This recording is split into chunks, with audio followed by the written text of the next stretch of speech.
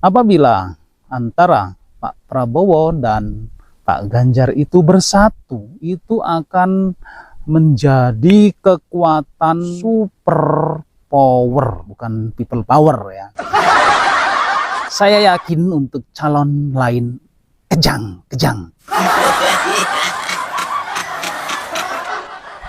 Kenapa?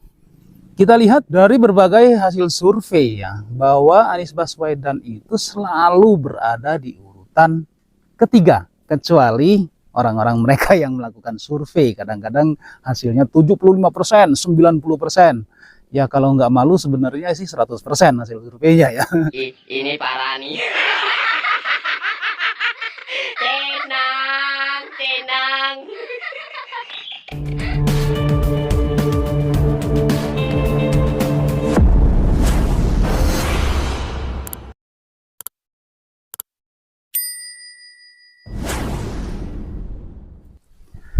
Assalamualaikum warahmatullahi wabarakatuh. Salam sejahtera bagi kita semuanya. Salam Swastiastu, Namo Buddhaya, salam kebajikan, Sampurasun, Rahayu. Sahabat T2 TV yang dirahmati Allah Subhanahu wa taala, segala puji hanyalah milik Allah Rabbi yang senantiasa melimpahkan nikmat kepada kita. Nikmat yang terpenting adalah nikmat sehat walafiat, sehingga kita masih dapat ketemu lagi di channel ini. Insya Allah diberkahi Allah Subhanahu wa taala. Sebelum teman-teman menyimak video ini sampai selesai, bagi teman-teman yang telah melakukan subscribe, like, komen, dan share, saya doakan teman-teman disehatkan jiwa dan raganya, dimudahkan segala urusannya, dilancarkan rezekinya, dan insya Allah mendapatkan uang tak terduga 100 miliar rupiah. Amin ya robbal alamin. Akhir-akhir ini sangat menarik ya teman-teman ya, bahwa isu dua poros untuk calon presiden sudah mulai santer. Seperti yang telah saya bicarakan di video sebelumnya ya teman-teman ya, apabila antara Pak Prabowo dan Pak Ganjar itu bersatu, itu akan menjadi kekuatan yang full, yaitu super power. Nah, ini baru yang namanya super power, bukan people power ya. Bagaimana tidak ya teman-teman ya, pendukung Prabowo luar biasa dan pendukung Pak Ganjar sangat luar biasa. Apabila kedua tokoh ini dipertemukan, saya yakin untuk calon lain kejang. Kenapa? Ya, kita lihat misalnya kalau dua poros, artinya Pak Ganjar atau Pak Prabowo yang jadi presiden ya, dua ini bersatu. Artinya ada dua calon. Calonnya Anies Baswedan. Kita lihat dari berbagai hasil survei ya, bahwa Anies Baswedan itu selalu berada di urutan ketiga, kecuali orang-orang mereka yang melakukan survei. Kadang-kadang hasilnya 75%, 90%. Ya kalau nggak malu sebenarnya sih 100% hasil surveinya ya. Kan seperti itu. Jadi kembali lagi ya, Anies Baswedan partainya yang mendukung itu Nasdem, PKS, dan PKB.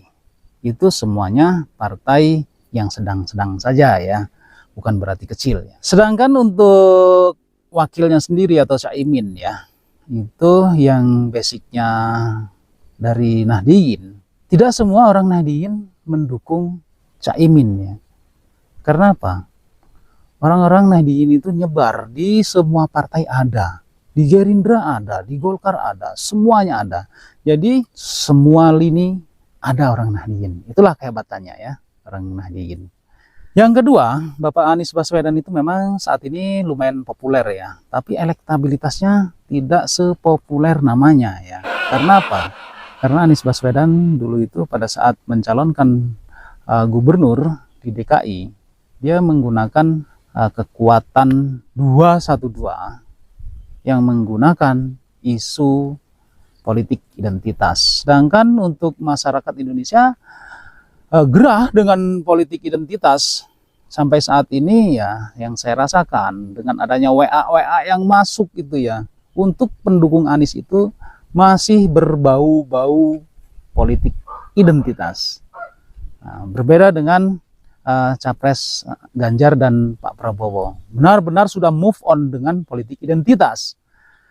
Itu ya. Padahal ya, kalau timnya Pak Anies itu berpikir panjang, masyarakat Indonesia ini udah cerdas ya. Menggunakan politik identitas itu sangat merugikan untuk calon presidennya. Apalagi dengan kesan yang tidak baik untuk kelompok-kelompok tertentu ya. Bukan Islamnya ya, bukan ya. Kelompok tertentu yang mengatasnamakan agama itu ya. Memanfaatkan agama untuk kepentingan mereka. Itu tingkat kepercayaan masyarakat Indonesia sudah sangat menurun dibandingkan dengan pada saat tahun 2017 dan 2019 ya. Indonesia sudah pintar. Jadi kelemahan Anies Baswedan itu banyak ya. Politik identitas yang sudah tercap pada dirinya, isu-isu kegagalan di DKI ya, yaitu kebenarannya sih hanya Pak Anies dan masyarakat DKI yang tahu. Terus ada lagi isu tukang bohong, blunder. Ya. Saya rasa sih sama aja ya. Kalau namanya capres itu ya nggak akan jauh dengan janji-janji belaka ya. Semua capres ya. Namun ini adalah demokrasi menggunakan kendaraan partai politik ya. Segala cara pun untuk memenangkan tujuannya, apapun digunakan. Untuk Prabowo dan Ganjar, bila benar-benar terjadi bersatu ya, Ganjar atau Pak Prabowo yang jadi presiden, misalnya ya, kalau menurut saya nih, menurut perhitungan ya, yang bagus itu memang Ganjar yang jadi presiden, Prabowo yang wakilnya. Ini menurut saya ya. Karena apa? Kalau Pak Ganjar itu Jawa banget itu loh. Sedangkan Pak Prabowo itu setengah Jawa lah ya. Ya memang Jawa juga tapi masih setengah. Pak Ganjar itu dari sipil dan Pak Prabowo basicnya adalah militer. Militer kalau mendukung seorang presiden yang dari sipil itu akan sangat bagus sekali. Ya. Memiliki kekuatan yang hebat nanti pada saat menjadi presiden. Ya. Itu analisa secara basicnya. Sedangkan secara perhitungan primbon Jawa ya, untuk Ganjar itu seperti yang di video saya sebelumnya, dia lahirnya itu wetonnya Senin Wage kalau nggak salah ya. Sedangkan Pak Prabowo itu Rabu Pon. Berarti neptu wetonnya adalah 14. Itu bagus sekali ya. Kalau di perhitungan primbon Jawa itu apabila yang mendukungnya neptu wetonnya itu lebih besar, itu akan efeknya itu akan bagus. Kalau di keluarga itu rezekinya akan meningkat. Tapi kalau yang didukung itu neptu wetonnya lebih besar atau yang mendukungnya neptunya lebih kecil, itu hasilnya tidak bagus. Jadi secara logikanya begini, apabila kita mengangkat suatu benda yang besar, sedangkan yang mengangkatnya itu powernya lebih kecil, kira-kira benda itu akan terangkat enggak?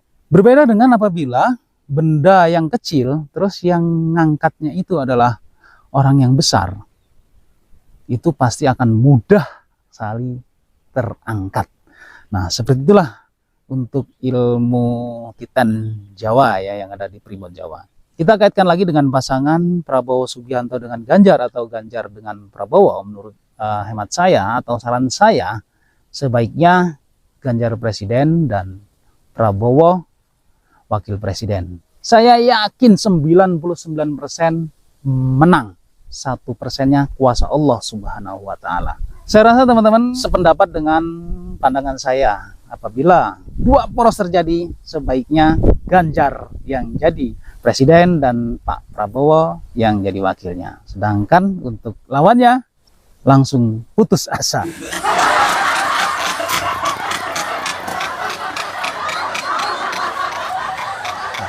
Oke teman-teman, itulah tadi kemungkinan dua poros terjadi. Siapa yang terbaik, Prabowo kah atau Ganjar kah yang menjadi presiden? Itu tadi jawabannya. Terima kasih teman-teman telah menyimak video ini sampai selesai. Semoga bermanfaat untuk kita semuanya, khususnya buat diri pribadi saya. Kebenaran itu datangnya hanya dari Allah Subhanahu wa taala, sedangkan kesalahan merupakan kehilapan diri pribadi saya dalam menyampaikan informasi ini. Begitu, saya mohon maaf atas segala kehilapan dan kekurangan. Jangan lupa ya teman-teman ya, sedekahkan subscribe kalian, semoga jadi ladang amal jariah buat kalian semuanya. Sampai ketemu lagi di video saya selanjutnya. Wallahul muwaffiq ila aqwamit thoriq. Wassalamualaikum warahmatullahi wabarakatuh.